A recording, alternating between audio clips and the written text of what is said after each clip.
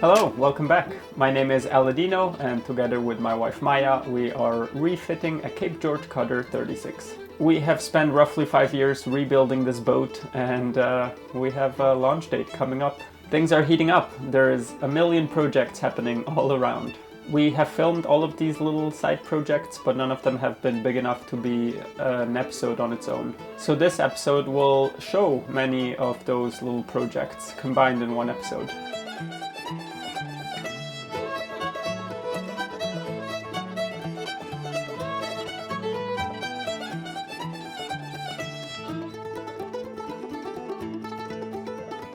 A lot of the exterior pieces will be varnished so that they are looking beautiful and protected for when we launch.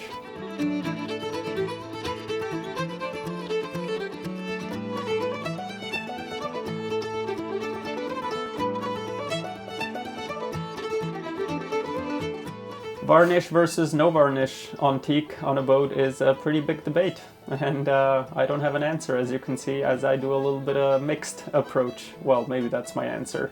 If it gets too much traffic, like a tow rail, and it's too complicated to get around a lot of hardware and fittings, then I don't bother. Other pieces, like a Dorade box, yeah, maybe a little easier, and I like it looking varnished there. And it's also a bit about priorities of task. Teak is rot resistant, so right now I had to focus on building the boat, building the systems, and I guess once I don't have those tasks and I get bored, I might start varnishing more. And there's also the debate of oil versus varnish. In the yard I had to apply a lot of oil for clients, and I just find that it didn't last. It becomes blotchy, and then the next season you have to take everything off, scuff it up lightly so that you can have it have a uniform look again, which also defeats a bit the purpose, because you are wearing down on your teak always to make it look beautiful. So I actually like teak just grayed out. That's my way, either varnished or just letting it gray out. But many like oil, and that's okay too. I like olive oil.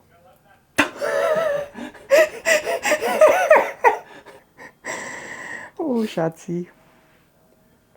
Not on my teak, just to make that clear.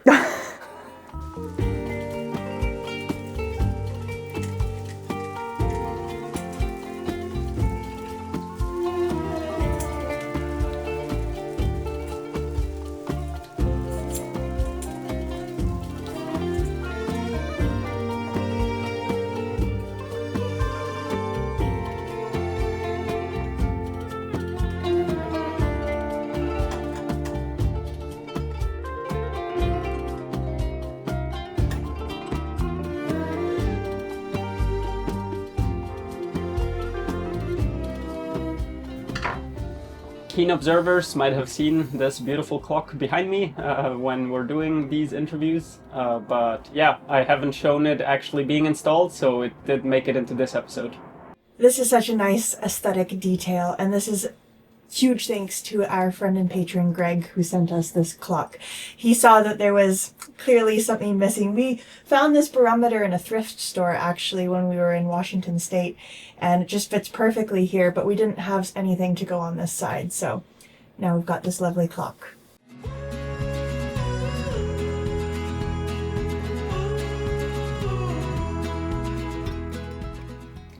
I also varnished the teak beams that Aladino made for our light fixtures.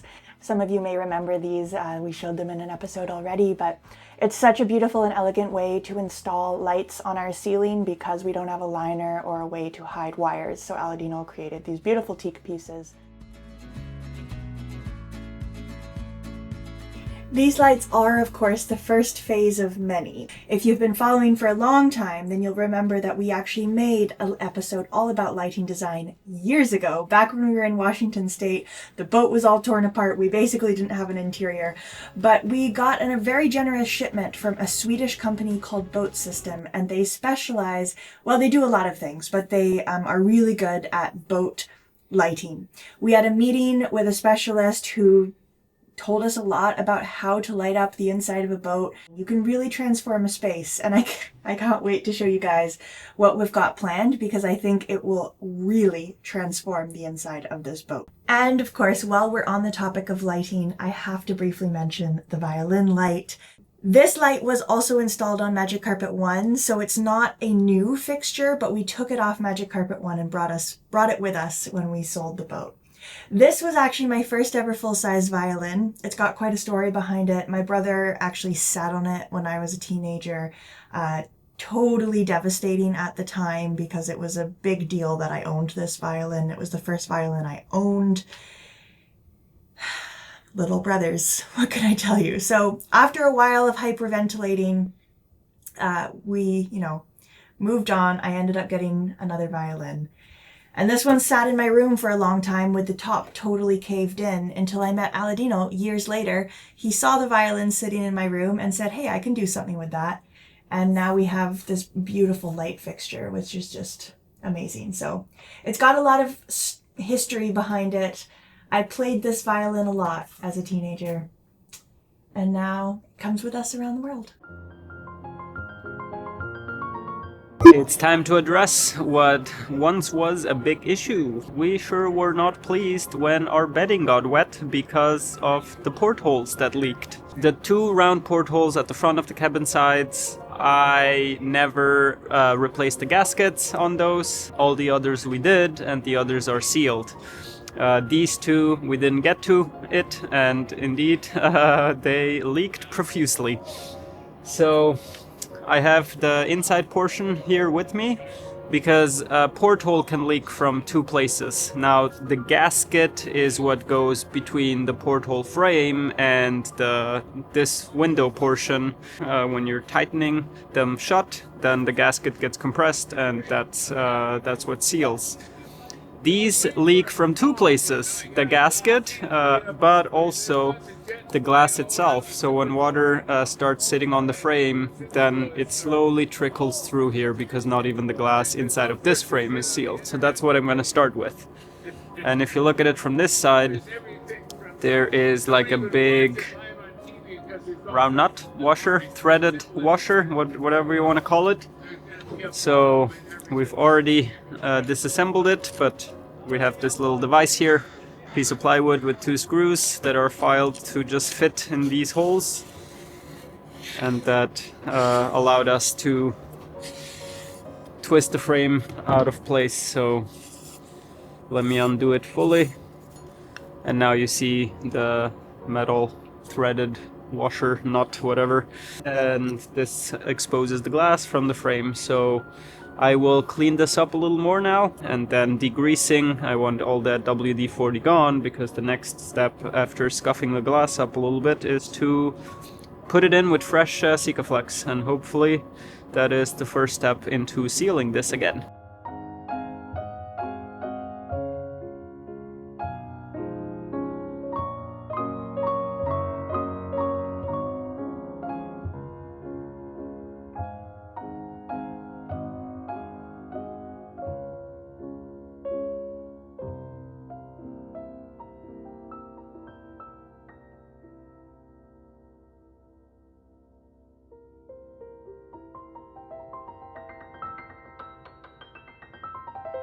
And I've only put the caulking on one side, but if it proves that they still leak, makes it easy to still get to this ring here and actually remove it without too much force. One more thing off the list.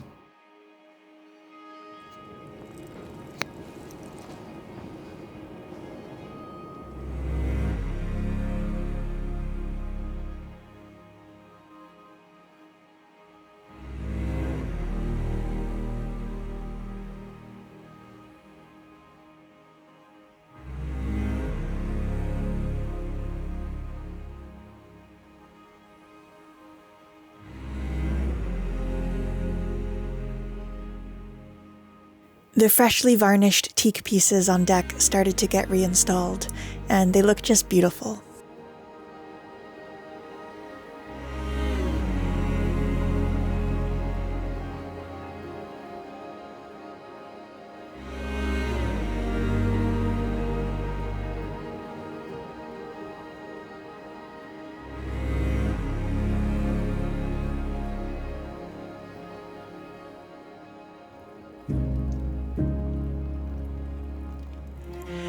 Some of this footage is quite old now. Little snapshots, tiny, fleeting memories. Vancouver didn't get much snow this year. I can't actually quite remember, maybe only a day or two. But the boatyard was quiet on the one morning when it did fall.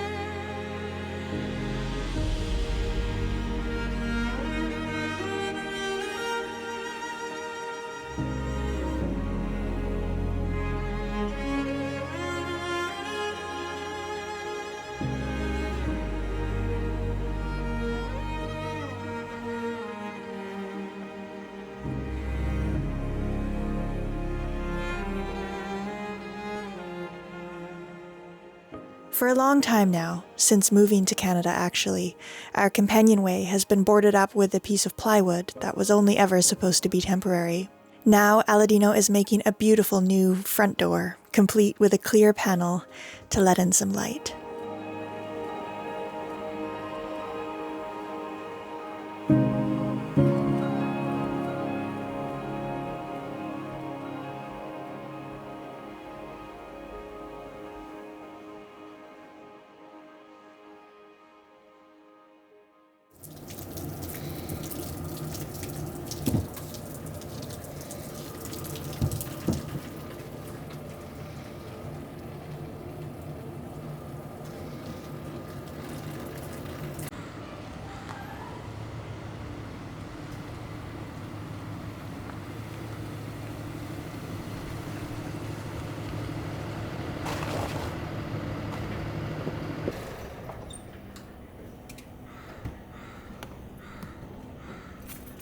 We have so many boxes. You gotta come down and help me. Oh, just returned from my international voyage. World traveler. There were times where it felt like I was running a small-scale courier service, picking things up for the boat on the other side of the border and ferrying them back up to Aladino in Canada. The USA is simply a much larger market, about 300 million people larger than Canada, so some specialty items can only really be found over there. And it's a lot easier to pick them up yourself, rather than be faced with every Canadian's worst nightmare, the dreaded courier driver at your doorstep, demanding exorbitant duties. So I went and picked up box after box of spare parts for rigging, for electrical work, for plumbing and propulsion, and everything in between. Are you happy? Very happy, yeah. I've been waiting on these things. Ah, spring is finally here. It is sunny and I feel really optimistic. We have less than a month left in the boatyard now until we are moving onto the boat full time.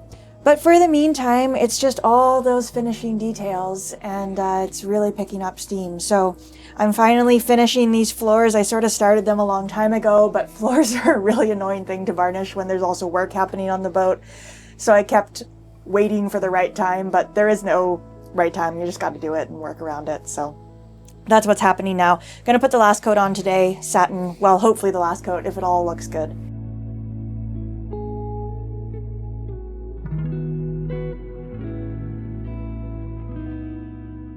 The reality of leaving is becoming clearer and clearer.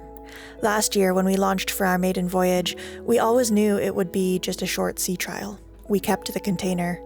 We kept the apartment that we're renting nearby. We didn't say any big goodbyes. But this time is different. This time we're really leaving. The apartment, the container, it all has to go. So do many of our things. My parents have kindly allowed us to store some tools and items at their place, but there's a lot to shuffle around, to try to sell on Marketplace, to give away. There's a lot to change. Soon, we will have no fixed address. We will move with the whims of the wind.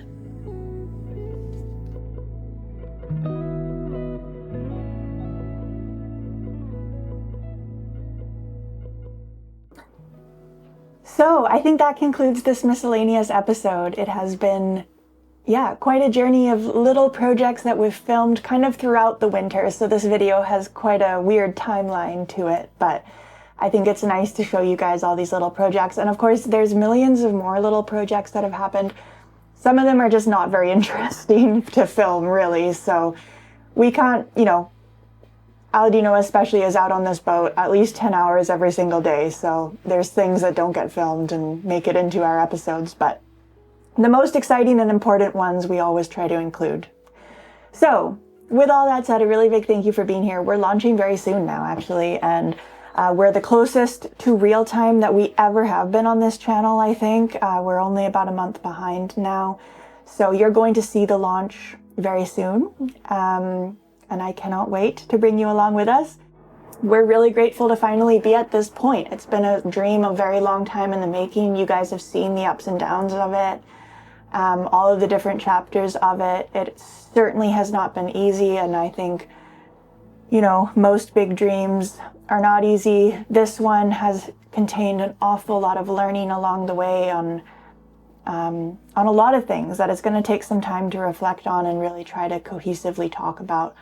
But I'm really glad that we've made it, and I'm really grateful to have made it, thanks to you guys being here and watching. A really big thank you to our patrons for being there every single week to help make this all happen. Really big thanks to the folks whose names are now appearing on screen. They always go above and beyond to make sure that Magic Carpet keeps being produced. If you would like to join Patreon and get real-time updates that never get published anywhere else, they usually take the form of short vlogs or so, then you can do so for as little as $2 a month. It's entirely flexible how you decide to sign up, and we are really grateful for that. It's what keeps this all audience funded, and therefore we don't have to be beholden to sponsors and interrupt the programming for sponsors, and we're really grateful for that. All right, huge thanks everyone. We'll see you next Friday as always. Talk to you then. Bye.